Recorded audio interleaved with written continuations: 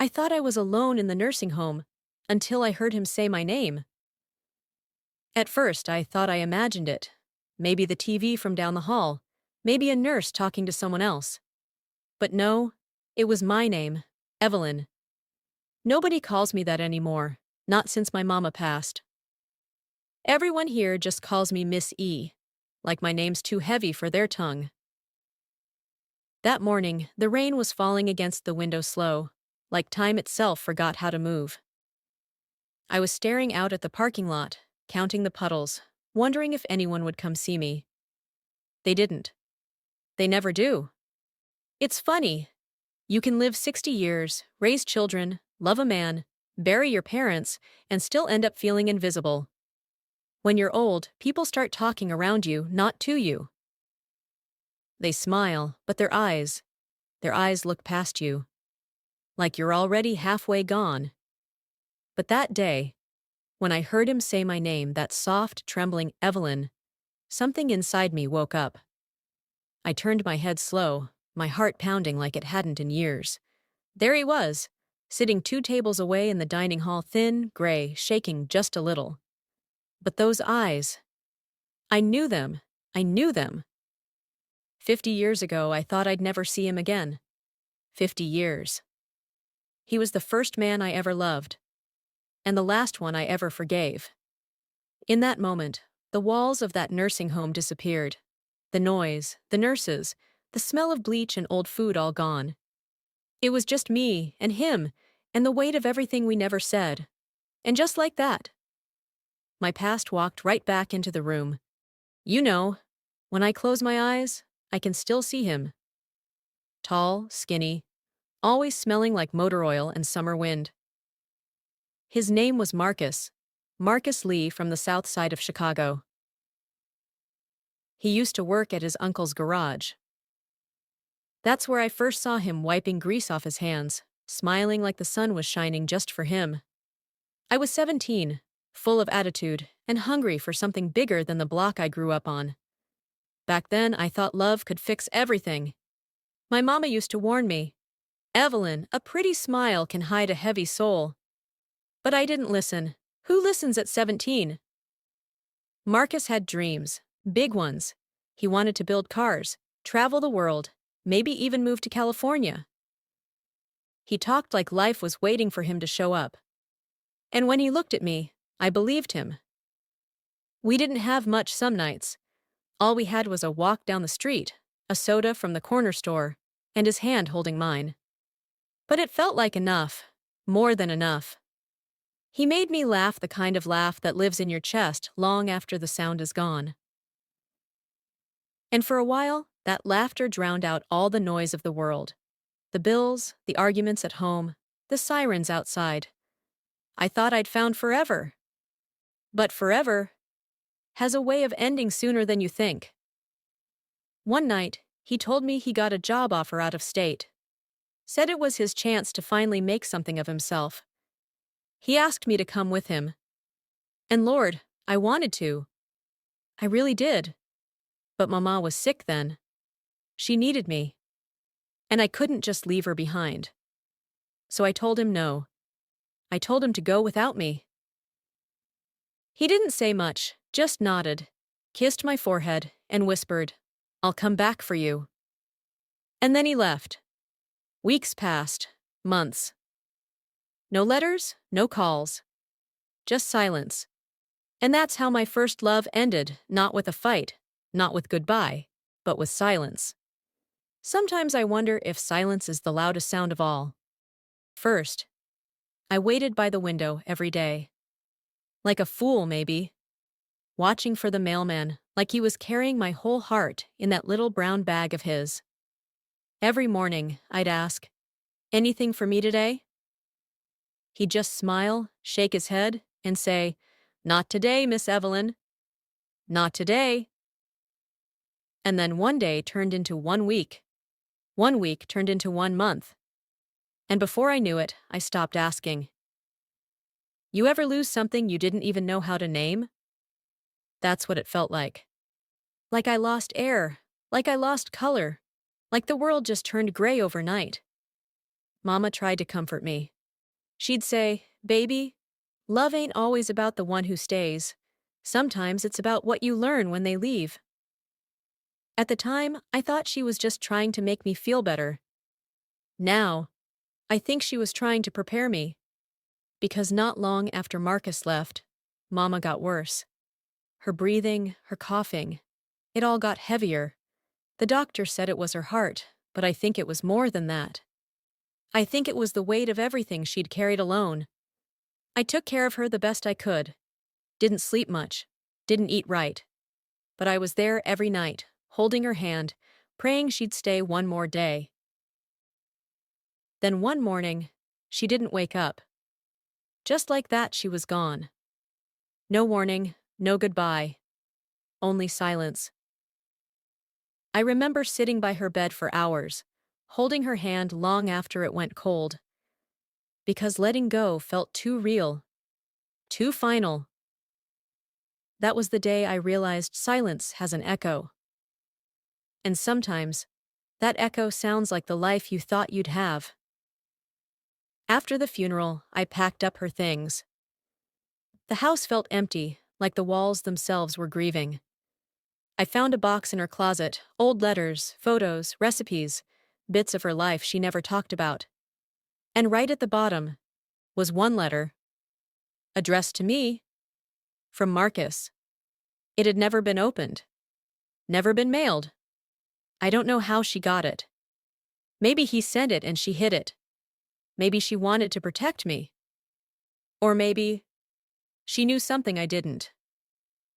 I sat there on that cold floor, holding that letter, wondering what it said, and whether I was brave enough to read it. It took me 3 days to build the courage. 3 days of staring at that letter, running my fingers over the paper like I could feel the words through my skin.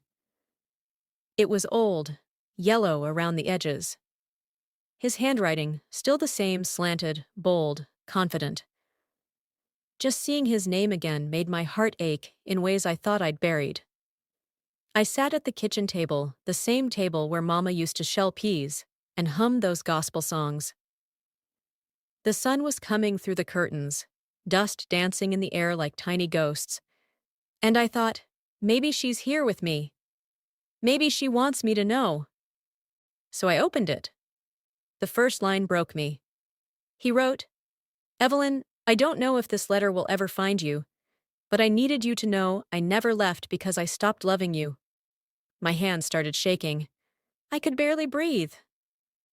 He said he went to Alabama for that job just like he planned. But things didn't go the way he thought. His boss promised him money that never came. He slept in his car for weeks. Got sick, lost everything. "I wanted to come back," he wrote. "But I couldn't come back to you empty-handed. You deserved more than the man I'd become." Then came the line I'll never forget. "If you ever wonder why I didn't write again, it's because I couldn't bear for you to see me fail." I pressed that letter to my chest and cried. Not the kind of crying that comes from sadness, but the kind that comes when you realize the truth too late. Mama must have found it maybe in the mailbox, maybe slipped under the door. She must have read it and decided it would only break me more. So she kept it, tucked it away where time couldn't reach. For years I blamed Marcus for leaving, for not caring. But sitting there, with that letter trembling in my hands, I realized he never really left me. He just got lost. And maybe I did too. After that, I lit a candle, whispered a prayer for him, for me, for Mama. Because some things, they don't need to be fixed. They just need to be forgiven. It never does. Life didn't stop after Marcus. It never does. You wake up the next morning, make coffee, go to work, pretend your heart ain't bleeding. That's the cruel beauty of life. It keeps going, even when you don't. A year after Mama passed, I met Robert. He was quiet, kind, steady, the kind of man who showed up on time and didn't make promises he couldn't keep. He worked at the post office, funny enough. Said he liked the rhythm of it, the sound of mail sorting, the hum of the machines. I used to smile and think, if only you knew how much I hated waiting on letters. He wasn't Marcus, but he was safe. And sometimes, safety feels a lot like love when you've been broken long enough. We got married in a small church, with peeling paint and a choir that sang like heaven was listening. I remember standing there in my white dress, secondhand, too tight in the waist, and thinking, maybe this is what peace feels like. We had 2 children, Isaiah and little Grace. They became my whole world. I poured everything into them, every ounce of love I thought I'd lost. And for a while, I forgot. Forgot the letter. Forgot Marcus. Forgot the girl who used to dream by the window. But sometimes, late at night, when Robert was asleep and the kids were tucked in, I'd hear an old song on the radio, something slow, something from back then, and it would all come rushing back. His voice, his laugh, the way my name sounded when he said it. I'd close my eyes, smile through the ache, and whisper to myself, "You made your choice, Evelyn. Be grateful." And I was. Mostly. But gratitude has layers. Sometimes it hides the grief you never got to heal. Robert was a good man. He deserved better than the half-hearted love I could give. I cared for him, I respected him, but there was always a part of me, a quiet, unspoken part, that still belonged to someone else. The years went by, like pages turning too fast. Birthdays, graduations, anniversaries. I smiled for pictures, baked cakes, played my part.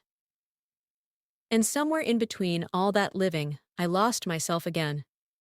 By the time Robert passed, I didn't cry right away. I just sat beside him, holding his hand, thinking, you were the one who stayed. And that kind of love, it deserves a different kind of grief. Grace came into this world on a rainy night. The thunder was loud enough to shake the windows, and the nurse said, "She's gonna be a strong one, Miss Evelyn. Storm babies always are." And she was. Strong, too strong maybe.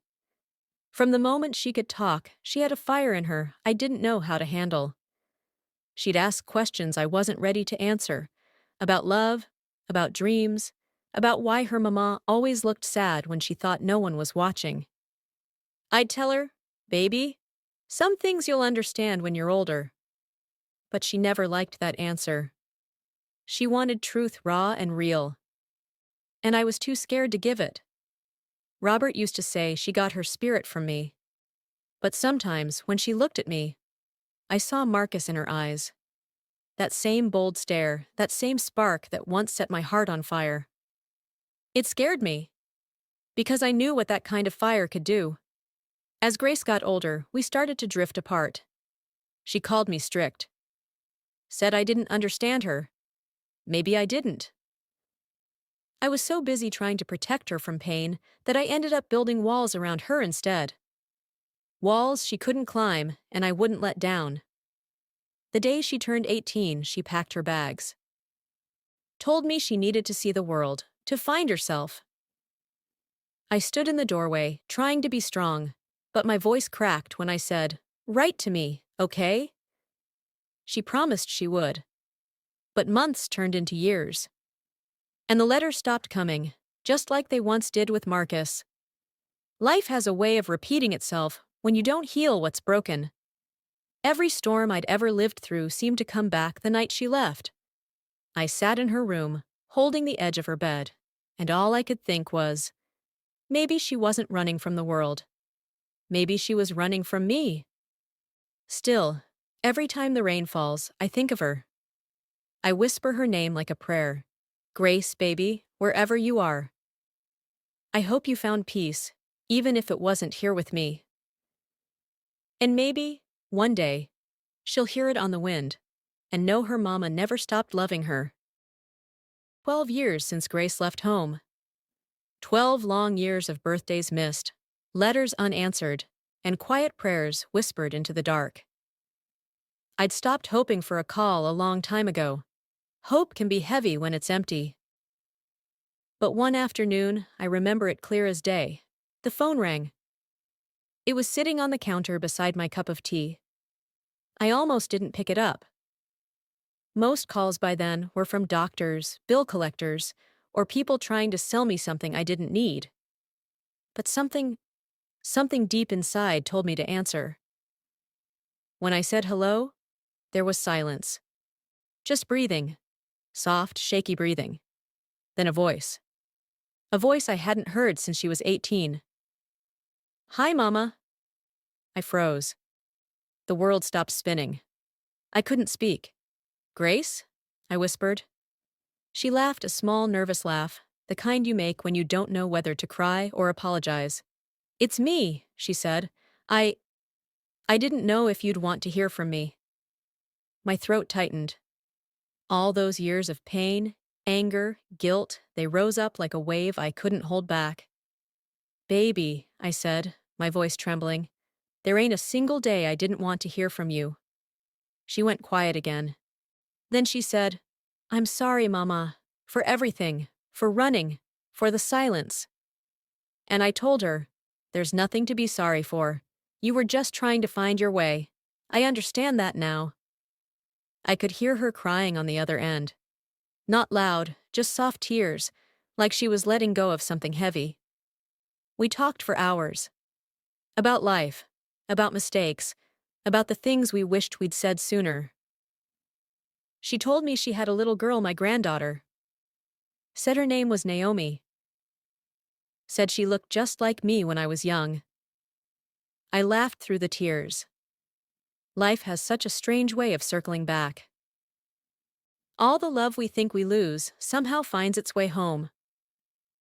Before we hung up, Grace said, "Mama, I want you to meet her. I want you to come stay with us for a while." And I said yes. Without thinking, without fear, I just said yes. After all those years of waiting, hope didn't feel heavy anymore. It felt like coming up for air. I'll never forget the day I met her. Naomi. Grace came to pick me up from the nursing home. I was nervous more than I'd been in years. My hands were shaking so bad I had to hide them in my lap. When the car pulled up, I saw her step out first, tall, confident, but her eyes, they still carried that same storm from when she was young. Then I saw the little one. Curly hair, warm brown skin, and eyes wide as Sunday morning. Naomi. She ran up to me without hesitation. No fear, no judgment, just pure, innocent love. She wrapped her little arms around my legs and said, "Hi, Grandma." Just like that. 2 words. And something inside me broke in the best possible way.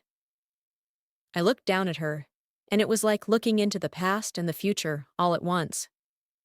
Her eyes had Grace's spark, and my softness. Grace stood behind her, watching. I could see the guilt, the hesitation.